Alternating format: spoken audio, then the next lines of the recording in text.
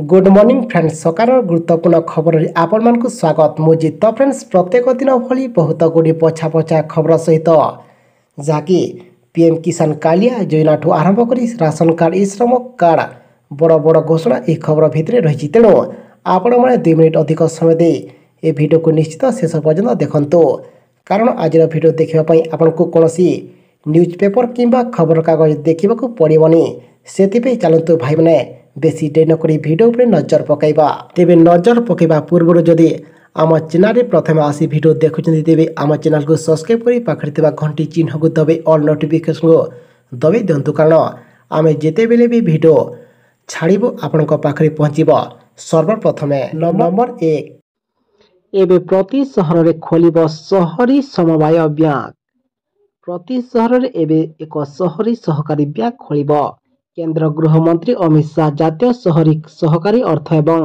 विकास निगम आरंभ कर से कहते जे प्रत्येक सहर में एक सहरी सरकारी बैंक स्थापन आरबीआई अण बैंकिंग फाइनेंस कंपनी एवं सहरी समवाय बैंकिंग क्षेत्र पर एक स्वनियामक संगठन भाव काम करने मंजूरी देइछंती।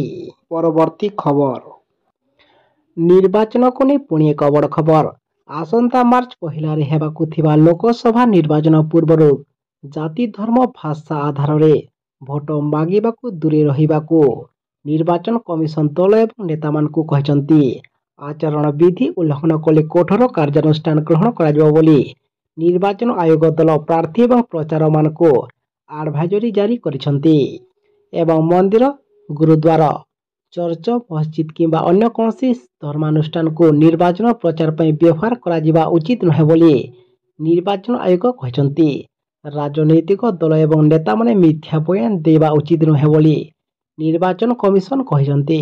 परवर्ती खबर पुणी आज एमानक भत्ता बढ़ेले नवीन सरकार राज्यर उच्च प्राथमिक विद्यालय गुड़िकरे नियमित सामयिक कला एवं क्रीड़ा प्रशिक्षक मानक मासिक पारिश्रमिक को राज्य सरकार 7,000 टंका को 10,000 टंका को वृद्धि करिसंती एणिकी सेमानक मासिक पारिश्रमिक वर्ष को 10 मास परिवर्ते पूरा 12 मास पई पाइबे बोली नवीन पंडा घोषणा करिसंती एवं मासकु 24 टी पीरियड परिवर्ते 30 टी पीरियड शिक्षा प्रदान करिवे।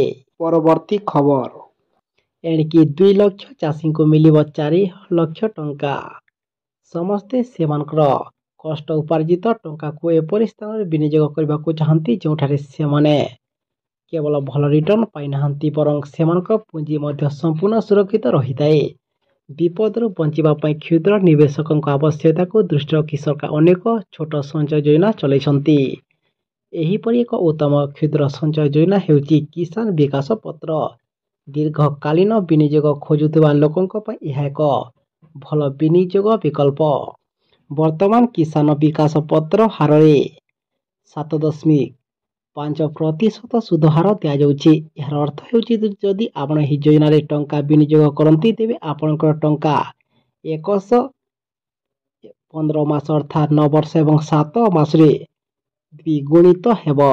परवर्ती खबर आसिला पुणी पाणीपाग सूचना को नहीं पुणी बड़ खबर जलिब एप्रिल मे मास आकाशरू निया बर्षिब ए वर्ष ग्रीष्मर लहरीर अवधि एते लंबिब जे छटपट हेबे जनजीवन भारतीय पाणीपाग विभाग आईएमडी चलित वर्ष मार्च रू मे मास पर्यंत 3 मासिया पाणीपाग पूर्वानुमान देखिले डर लगुच पूर्वानुमान चित्र रे जल जल दिशुची एथर डह डह खरारे चकचक होई फुलिब किबा फुटिब ओडिशा तेबे विशेषज्ञ कहवा कथा है एलनिनो प्रभाव ग्रीष्म ज्वाला को आहरी बढ़ी देव एलनिनो जो समुद्र भी उत्तप्त रहिब परिमाण कालबैशाखी कमिजिब कालबैशाखी बिना ताती प्रकोपर निस्तार मिलवा संभावना कम ग्रीष्म अवधि मार्च रू कलबल करिपारे पूर्वानुमान जहाँ आसंता 15 तारिख रू गरम बढ़िब 22 तारिख रू भीषण गरम अनुभूत हेब।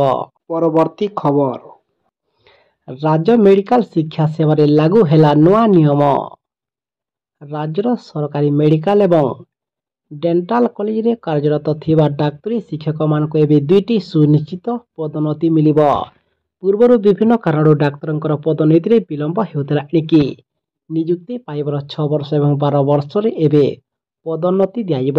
ଏନେଇ ରାଜ୍ୟ ସ୍ୱାସ୍ଥ୍ୟ ବିଭାଗ ପକ୍ଷରୁ ଏକ ବିଜ୍ଞପ୍ତି ପ୍ରକାଶ ପାଇଛି। ପରବର୍ତ୍ତୀ ଖବର ଆସିଲା ପୁଣି ଟିକସଦାତାଙ୍କ ପାଇଁ ପୁଣି ଏକ ଖୁସି ଖବର। ଛାଡ଼ ହୋଇଯିବ 1 ଲକ୍ଷ ଟଙ୍କା।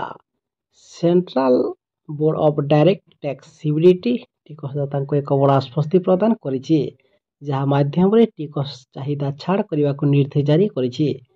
ସିବିଡିଟି ଅନୁଯାୟୀ ଜାନୁଆରୀ 31, 2024 ପର୍ଯ୍ୟନ୍ତ ଆୟକର, ସମ୍ପତ୍ତି ଟ୍ୟାକ୍ସ କିମ୍ବା ଉପହାର ଟ୍ୟାକ୍ସ ସହ ଜଡ଼ିତ ବକେୟା ଟିକସ ଦାବି ଛାଡ଼ ପାଇଁ 1 ଲକ୍ଷ ଟଙ୍କା ପର୍ଯ୍ୟନ୍ତ ରିହାତି ପ୍ରଦାନ କରାଯିବ। ପରବର୍ତ୍ତୀ ଖବର ନବୀନ କଲେ ବଡ଼ ଘୋଷଣା, 10,000 ବଢ଼ିଲା ସହାୟତା ରାଶି। ପୁଣି ଏକ ବଡ଼ ଘୋଷଣା କଲେ ରାଜ୍ୟ ସରକାର। ଭିନ୍ନକ୍ଷମ ଛାତ୍ରଛାତ୍ରୀଙ୍କୁ ଶିକ୍ଷା ନିମନ୍ତେ ନିୟୋଜିତ ଶିକ୍ଷା ସ୍ୱେଚ୍ଛାସେବୀ ମାନଙ୍କୁ ପାରିଶ୍ରମିକ 10,000 ଟଙ୍କାକୁ ବୃଦ୍ଧି କରାଯାଇଛି।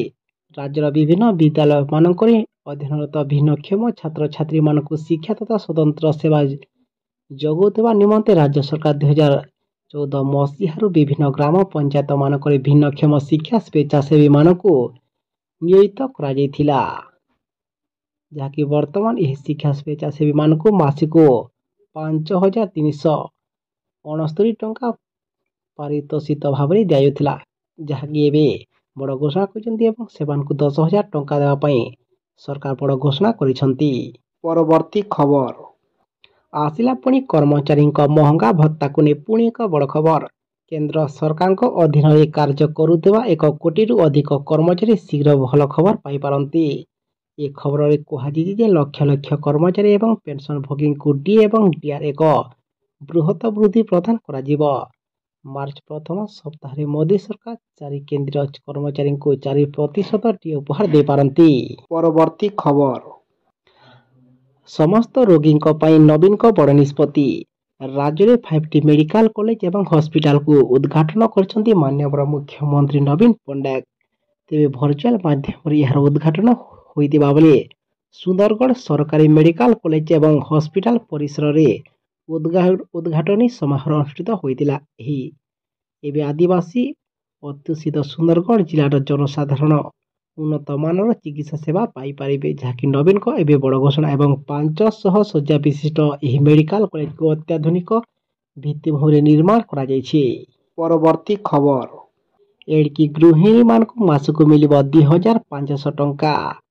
ସରକାର କ୍ଷମତାକୁ ଆସିବା ପରେ ତେଲେଙ୍ଗାନା ରାଜ୍ୟ କଲ୍ୟାଣ ଯୋଜନାରେ ରାଜସ୍ଥାନ ଜନ୍ମସ୍ଥାନ ପାଲଟିଛି।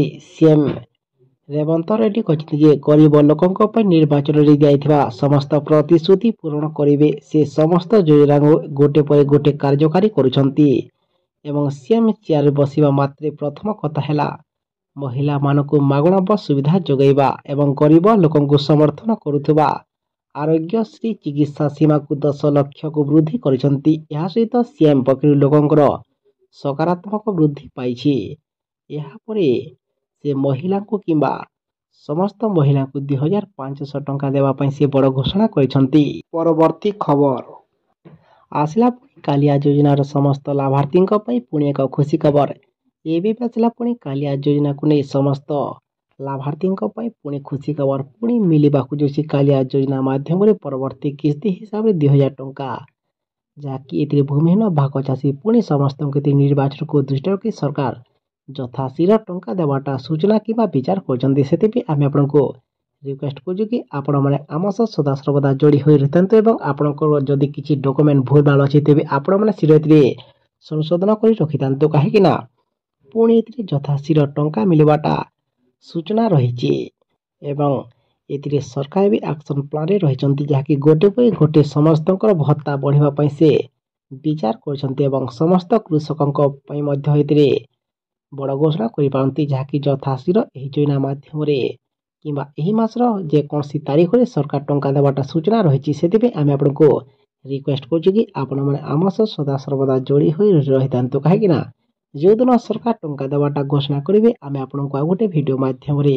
ଆମ ଏହି ଚ୍ୟାନେଲ ମାଧ୍ୟମରେ ଆମେ ଆପଣଙ୍କୁ ଜଣାଇଦେବୁ। ତାକୁ ଦେଖି ଆପଣମାନେ କନଫର୍ମ ହୋଇଯିବେ।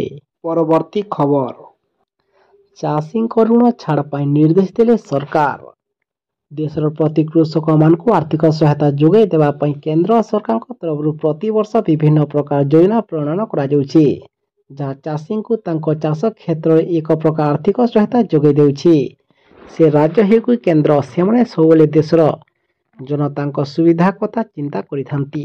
ସେ ଚାଷୀଠାରୁ ଆରମ୍ଭ କରି ସାଧାରଣ ଜନତା ସମସ୍ତଙ୍କ ପାଇଁ କିଛି ନା କିଛି ଯୋଜନା ପ୍ରଣୟନ କରିଥାନ୍ତି, ଯାହା ସେମାନଙ୍କୁ ସମସ୍ତ ସୁବିଧା ଯୋଗାଇବାରେ ସାହାଯ୍ୟ କରୁଛି।